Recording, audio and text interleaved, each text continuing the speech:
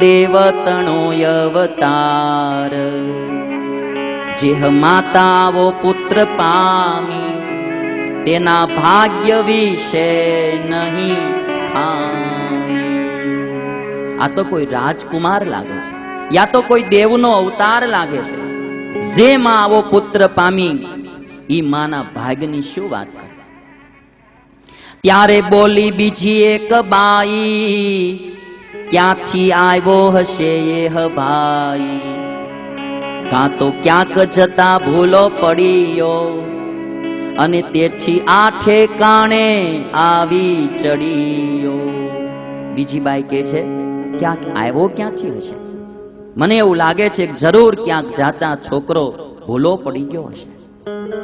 અને ત્યારે ત્રીજી બાઈ બોલી, ત્રીજી બાઈ બોલી મર્મ એવો, આનો વેશ છે જોગીના જેવો, કોઈ જોગીએ કરવાને ચેલો, ભૂતી નાખીને હશે બ્રહ્મા વેલો.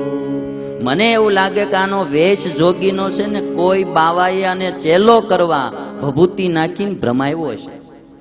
ભાત ભાતની કલ્પનાઓ બાયું કરે છે. અને પછી તો બધી બાયું કહે છે કે ભાઈ આપણે કલ્પના કરીએ શું થાય, હાલો ને આપણે એને જ પૂછી લઈએ. અને બાયુએ ભાઈ પ્રશ્નો શરૂ કર્યા. હો, તમારું નામ શું છે, તમારું ગામ શું છે, તમારી માતાનું નામ શું, તમારા પિતાનું નામ શું, તમે શા માટે અહીંયા આવ્યા છો, ઉઘાડા પગે કેમ છો, ભાભીએ મેણું માર્યું એટલે આવ્યા છો, હગાવાલાથી રિહાઈને અહીંયા આવ્યા છો, તમને શું દુઃખ પડ્યું તે તમે ઘર છોડી નીકળ્યા છો. પ્રશ્નો ઉપર પ્રશ્ન મળી પૂછવા બાયું. અને બાયું વાહે પડી જાય પછી હક લેવા દે. બહુ પ્રશ્નો પૂછ્યા ત્યારે એક બાઈને દયા આવી ગઈ. અરે કે તમે બહુ બોલોમાં જો તો ખરા, નાનો એવો બાળ બિચારો ગભરાઈ ગયો, કઈ બોલી શકતો નથી. તે ઓલી માંડ બધી શાંત થઈ, વર્ણી હલે કે ચલે, મીટ માંડીને બાયું હામું જોવે પણ નહીં. આ નીલકંઠ વર્ણી છે ભાઈ. 200 વર્ષ પેલા એવો ધર્મ એને પ્રવર્તાયો આ ગુજરાતની ભૂમિમાં. પડી વસ્તુ કોઈની હાથે નવ જાલે રાજ, અક્ષરના વાસી વાલો આવ્યા અવની પર, બાયો દેખીને ભાયો છેટેરા ચાલે રાજ, અક્ષરના વાસી વાલો આવ્યા અવની પર. આ રીતિ સ્વામિનારાયણ ભગવાને પ્રવર્તાવી. બહુ દયા આવી ગઈ. અને ત્યારે બાઈએ એટલું કીધું કે હે બાળક બાવા, તમારો ઉંમર બહુ નાની છે, તમે એમ કરો ભૂખ્યા થયા છો, તમે મારે ઘરે આવો, હું તમને માખણ ને રોટલો ખાવા આપીશ. અને ત્યારે આ બાઈ સ્વામિનારાયણ ભગવાનને કહે છે, ચાલો ચાલો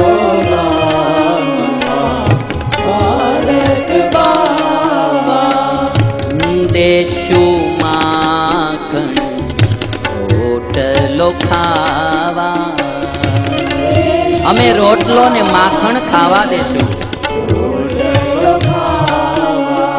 ચાલો ચાલો ચાલો ચાલો ચાલો ગામમાં બાલક બાવા, ગામમાં બાલક બાવા, દેશું માખણ રોટલો ખાવા,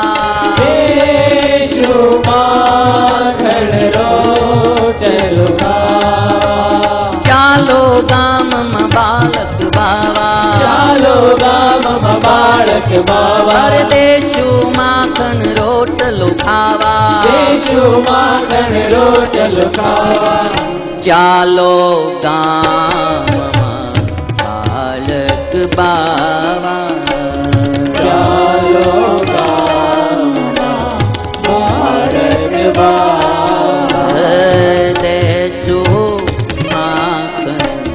રોટલો ખાવા, દેશું માખણ રોટલો ખાવા. નારી કહે છે કે તમે ગામમાં આવો, માખણ ને રોટલો ખાવા દેશું. દિશે દુધિયા દાંત તમારા, તમે પરિણ્યા છો કે કુંવારા, બધું પૂછી લીધું, ઠેઠ હોદીનું પૂછી લીધું. બધી નારીઓ કહેશે કે આ વર્ણી છે ને એને કંઈક ભ્રમજાળ હશે, આ નહીં, એમાં હાલો આપણાને પકડી લઈને ગામમાં લઈ જાય. અને બધી બાઈઓ જ્યાં પકડવા આવીને ત્યાં તો સ્વામિનારાયણ ભગવાન દોટ મૂકીને ત્યાંથી ભાગી ગયા છે. વિહારીલાલજી મહારાજ લખે, વર્ણી તો જતા રહ્યા પણ મૂર્તિ વસી મન માય, તે તો કદીએ ન વિસરી જાય. એવી રીતે જ્યાં જ્યાં હરી જાય, કોટી જીવના કલ્યાણ. આવી રીતે જ્યાં જ્યાં ભગવાન સ્વામિનારાયણ જાય ત્યાં કોટી જીવના કલ્યાણ કરે છે. ભગવાન ત્યાંથી આગળ ચાલ્યા, શ્રીપુરમાં આવ્યા છે. ભિક્ષા લેતા, શિક્ષા દેતા સ્વામિનારાયણ ભગવાન શ્રીપુરમાં પધાર્યા. ગામની બહાર એક મઠ હતો અને મઠની બહાર એક ઓટો. એ ઓટા ઉપર નીલકંઠ વર્ણી બેઠા. રાતનો સમય થયો, સાંજટાણું. મઠના મહંત બારે આવીને કહે છે કે વર્ણી તમે મઠમાં આવો અને કાં ગામમાં જતા રહ્યો, અહીંયા સિંહ રાત્રે આવે છે, તમને મારી ખાશે. વર્ણી કહે છે કે ભાઈ અમારે તો અહીંયા જ રહેવું છે, અમે ગામમાં વસ્તીમાં જાતા નથી, અમારા મઠમાં આવો. ના, મઠમાં અમે નહીં આવીએ. તો રાતે અહીંયા સિંહ આવે છે, હમણાં અમારા બોઘા કાકાના છોકરાને મારી નાખ્યો, મોંઘીબાની છોકરીને મારી નાખી, તમે આવો અંદર ને મારી નાખશે તમને. વર્ણી કે ભાઈ જો જ્યાં જેનું મોત લખ્યું હોય ને ત્યાં એનું આવે. હા, અમે કઈ મોત થી ડરતા 11 વર્ષના હો વર્ણીભાઈ, પણ એની વાતું જોવો ને તો આમ તમારે આકાશ તોડી નાખે. અને સ્વામિનારાયણ ભગવાન શું બોલ્યા? સંતાઈ પેઠે નહીં મોત મૂકે, ચુકાવવાથી નહીં મોત ચૂકે. અનેક દોરા 10 હાથ બાંધે, આયુષ્ય તૂટે નહીં કોઈ સાંધે. જ્યાં જેનું મોત લખ્યું હોય ત્યાં આવે, અમે મોતથી ડરતા નથી. વર્ણીએ બહુ જોરદાર વાત કરી દીધી અને વાત પણ બહુ સાચી છે. વર્ણીએ કીધું, આત્મા કદીએ મરતો નથી જ, સદા શરીરે ઠરતો નથી જ. જ્ઞાની મુવાથી ડરતો નથી જ, તે હર્ષ કે શોક કરતો નથી જ. અમને મોતનો ડર નથી. અને ભાઈ જે જન્મા છે ને મરવાનું પાકું છે, જ્યાં જેનું લખ્યું હોય ત્યાં આવવાનું. મને તમને ખબર હોય કે ન ખબર હોય, પણ આપણા ચરણને ખબર છે કે આપણે ક્યાં અટકવાનું, એ ત્યાં જઈને ઉભા રહી જાય. અને આ દુનિયામાં જે કોઈ આવે છે ને મરવાનું પાકું છે. અને વર્ણી એટલા માટે કે અમને મોતનો ડર નથી. સદાત્મદર્શી ફલકંદ ભોજનો, વને નિવાસો યદિ દુઃખ દખલો, તથાપિ તત્રાપી મહાસુખોમતી, સવર્ણી વેશો વતુ ધારમાં નંદ. સદાત્મદર્શી, આત્મદર્શી હતા એટલે એને મોતનો ડર નહોતો લાગતો. અને આ જગતનો તો નિયમ છે, किसी की लाश यहाँ चित्ता में जलाई जाती है, किसी की लाश यहाँ कब्र में दफनाई जाती है, किसी की लाश यहाँ गिद्धों को खिलाई जाती है, यूं बना बना कर प्यारे तेरी दुनिया मिटाई जाती है. किसी की लाश यहाँ चिता में जलाई जाती है हिंदुओं, किसी की लाश यहाँ कब्र में दफनाई जाती है मुस्लिमों, किसी की लाश यहाँ गिद्धों को खिलाई जाती है पारसियों, यूं बना बना कर प्यारे तेरी दुनिया मिटाई जाती. અહીં મરવાનું પાકું છે. મને આ પંક્તિ બહુ ગમે એટલા માટે વારે વારે કહું છું કે શાયદ इसी का नाम है जिंदगी, यहाँ कोई आ रहा है कोई जा रहा है, कोई हंस रहा है कोई रो रहा है, शायद इसी का नाम है जिंदगी, कोई आ रहा है कोई जा रहा. આ જિંદગી છે ભાઈ, આમાં ડરવાનું શું? આપણે એમ કહેવાય કે ભાઈ પાંચમ માંડી હોય તો છઠ થાય નહીં, મૂંઝાવું નહીં, ભજન કરીને ત્યાર રહેવું, ગમે ત્યારે દેહ પડવો હોય ત્યારે ઓન ધ સ્પોટ, હે નામ લેતું લેતું વયું જવું ધામ. ગભરાવાનું નહીં, ક્યાંય મૂળિયું મૂકેલું રાખવું નહીં, હા કોઈનામાં વાસના બાંધવી નહીં, કોઈનામાં રાગ રાખવો નહીં, તૈયાર જ બેસવું. અને આ કવિ એટલા માટે કીધું, અને વાત તો એટલી મજાની. કવિ આમ રસ્તે ચાલ્યા જતા હતા અને સામેથી એક ભાઈની જાન આવતી હતી. યુવાન પરણવા જતો હતો અને એના લગ્ન થતા હતા, આગળ બેન્ડ વાજા વાગતા હતા અને નાચગાન થતા હતા, વાહવા થતી હતી. સુંદર મજાની બગી હતી, એમાં વરાજો શેરવાની પહેરીને બેઠેલો અને હાથમાં એક તલવારનું ઠૂઠું હતું, ગલોફામાં આમ પાન ચડાવેલું, ચાવતોય નહોતો, હેઠું ઉતારતોય નહોતો, આમ એવો ટાઈટ થઈને બેઠેલો અને બધા નાચગાન કરી આવે ને જાન હાલ્યા. આ બાજુ કોઈ એક યુવાનનું મૃત્યુ થયું હતું તો એની નનામી જાતી, બધા રોકકળ કરે જતા હતા, રામ બોલો ભાઈ રામ, રામ બોલો ભાઈ રામ, રામ નામ સત્ય છે, રામ નામ સત્ય છે, આમ બોલાતું જાતું. અને દ્વિમાર્ગી રસ્તો એટલો, એટલે બે ચીજનું ક્રોસિંગ થયું. એક બાજુથી જાન આવે, આ બાજુથી નનામી જાય, અને એનું જ્યાં ક્રોસિંગ થયું, બે દ્રશ્યો ભેગા થયા. અને ત્યારે કવિએ લખી નાખ્યું કે ઉધર કિસી કી બારાત આ રહી હૈ, ઇધર કિસી કા જનાજા ઉઠા જા રહા હૈ. उधर किसी की बारात आ रही है, इधर किसी का जनाजा उठा जा रहा है. उधर वाह वाह है, इधर आह आह है. शायद इसी का नाम है जिंदगी. कोई आ रहा है तो कोई जा रहा है. કોઈ આવે છે તો કોઈ જાય છે. આજની તારીખમાં કેટલાય જન્માય હશે અને કેટલાય મર્યા હશે. માટે આપણે મૂંઝાવું છું. સ્વામિનારાયણ ભગવાને બહુ સરસ વાત કીધી. એક વાતનું અનુસંધાન આપણે ભૂલી જઈએ છીએ ને, એટલે તે વ્યસનોમાં, ફેશનોમાં, પાપમાં ને મારી તારીમાં, નિંદા ટીકામાં ડૂબા રહી છે. જો મોતને નજરમાં રાખીને તો આપણે આમાંથી બારા નીકળીને પ્રભુ ભજનમાં લાગીએ કે એક દી ખાલી હાથે આવ્યો તો ને એક દી ખાલી હાથે જવાનો. એક દી એકલો હું આ દુનિયામાં આવ્યો તો અને એક દી એકલો હું જવાનો. આ વાતનું અનુસંધાન હોવું જોઈએ. જીવતા હોય ત્યારે બધા ગમે એમાં ફરવું હોય એમ ફરે, પણ છેલ્લે તો બધાને નનામીમાં જ જવાનું. જેવી જેની સાઈબી, જેવો જેનો ઠાઠ છે.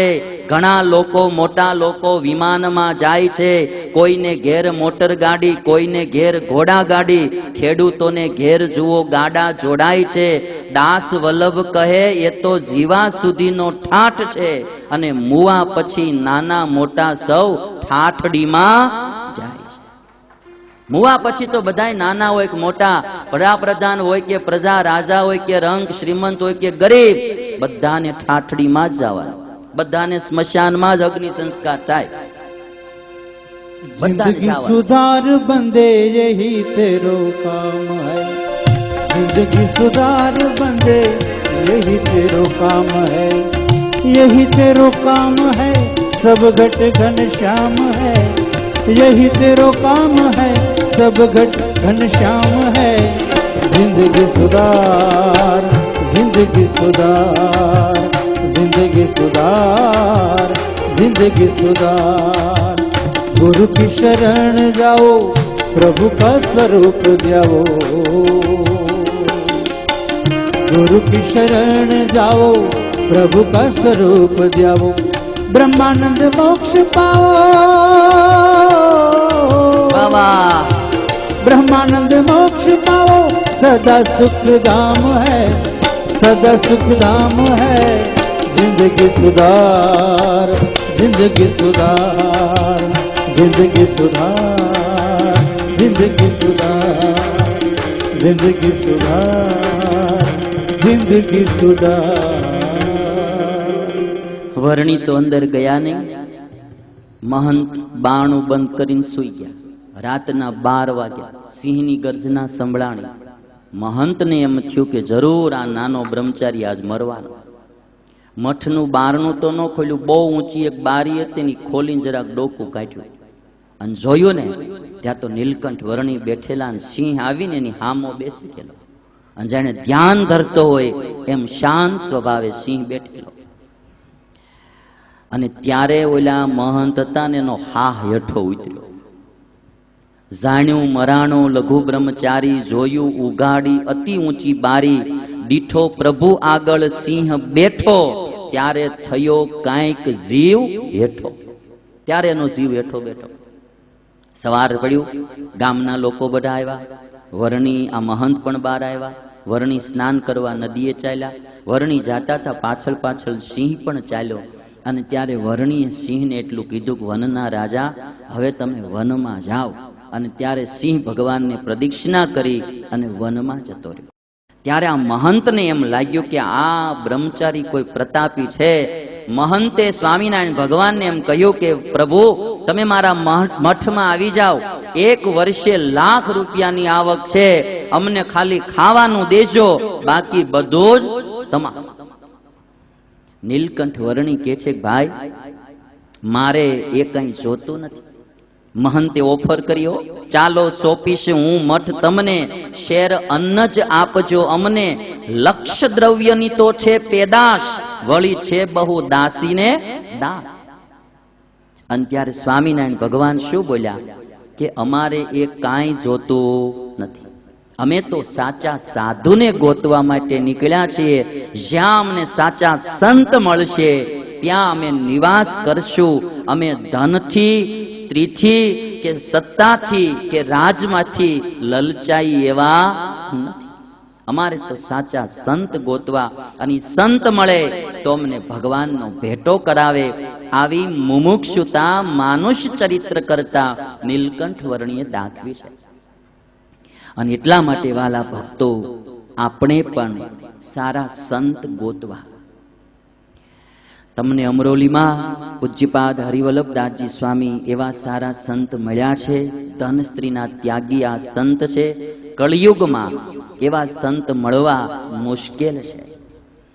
પણ તમારા સંસારીઓની એક વાત મેં જોઈ કે તમે વ્યવહારમાં ધંધા કરો, રાજકારણ ખેલો, મારું તારું કરો, બધું ઠીક, પણ સત્સંગમાં આવ્યા પછી તમે બુદ્ધિને છોડતા નથી, નકરી બુદ્ધિ જ લડાવ્યા કરો છો. આધ્યાત્મિક માર્ગ એ બુદ્ધિનો માર્ગ નથી, આધ્યાત્મિક માર્ગ દિલનો માર્ગ છે. મને એક વરદાચાર્ય સંસ્કૃતના પંડિત સાઉથ ઇન્ડિયામાં કર્ણાટકમાં ભણાવતા, એ અવારનવાર કહેતા કે જીવની સૌથી મોટું કોઈ જીવનું દુશ્મન હોય ને તો એ એની બુદ્ધિ છે. બુદ્ધિ જીવને ક્યાંય સારા સંત પાસે કે ભગવાન પાસે સ્થિર થવા દેતી જ નથી. ઈ સત્સંગમાં જાય તોય કાંઈક ને કાંઈક પોતાનો સ્વાર્થ જોયા કરતો હોય. કા માન, કા મોટપ, કા આગેવાનપણું. થોડાક દી હવે આમાં કેવું હોય કે કોઈ મંડળમાં જાય તો નવો આવ્યો હોય તો બધા જરાક વધારે માનપાન દે, 2 બોક્સ દે, જરાક એકાદો હાર પહેરાવે, એટલે એને એમ થાય કે જામી ગયું આપણું અહીંયા એમ. હવે પછી નવા સત્સંગમાં તો કેટલાય માણસો આવતા હોય, પછી દર કથામાં કઈ એને થોડો હાર પહેરાવે, નવા આવ્યો એને પહેરાવવો પડે ને ભાઈ. લ્યો, તમે પહેલે દાડે 5 લાખ રૂપિયાનું દાન દીધું હોય, અહીંયા તમને પહેલે દાડે હાર પહેરાવ્યો હોય, હવે આજે પછી કોઈક બીજા દાન દે એને પહેરાવવો પડે ને. પણ તમે એમ કહો ભાઈ મને આજે પહેરાવો, તે ક્યાંથી હાલે? એટલે પછી ઓલાને હાર પહેરાવવાનું બંધ થાય એટલે એને લાગે દુઃખ કે હવે મારું જેવું જોઈએ એવું કઈ અહીંયા રહેતું નથી, એટલે પછી પાટલી બદલે. એટલે હવે પછી તો ભાઈ સંતોના મંડળો તો બહુ જાજા, એટલે અહીંથી અહીંથી આય. એ મીંદડીના બચોળિયા હોય ને એની માં એને હાથ ઘર ફેરવાવે, હાથ ઘર ફરે ત્યારે મીંદડીના બચોળિયાની આંખ ઉગડે. પણ હું એટલું કહું કે મીંદડીના બચોળિયા તોય હારા હાથ ઘર ફરે આંખ ઉગડે. અમુક હરિભગત તો 14 ઘર ફર્યા તો હજી આંખ નથી ઉગડી. હા, ગડગડિયા નાળિયેર જેવા હો ભાઈ. હા, 14 ઘર ફર્યા હજી ક્યાંય આંખ નથી ઉગડી. અને હર પળ એક વાત કરે, 30 લક્ષણે યુક્ત સંત મળે તો મારું માથું દઈ દઉં. પેલા 20 લક્ષણ વાળા તો ગોત, પછી તું 30 વાળા ગોત છે. અમારે જે એક મુમુક્ષુ આપણે છે ને ભાઈ સત્સંગમાં, એક મુમુક્ષુ સાધુ થવા આવ્યો હતો અને બધા મંડળો ફરી લીધા સ્વામિનારાયણ સંપ્રદાયના. 30 લક્ષણે યુક્ત સંત હોય ત્યાં મારું માથું સુકાવી દઉં કે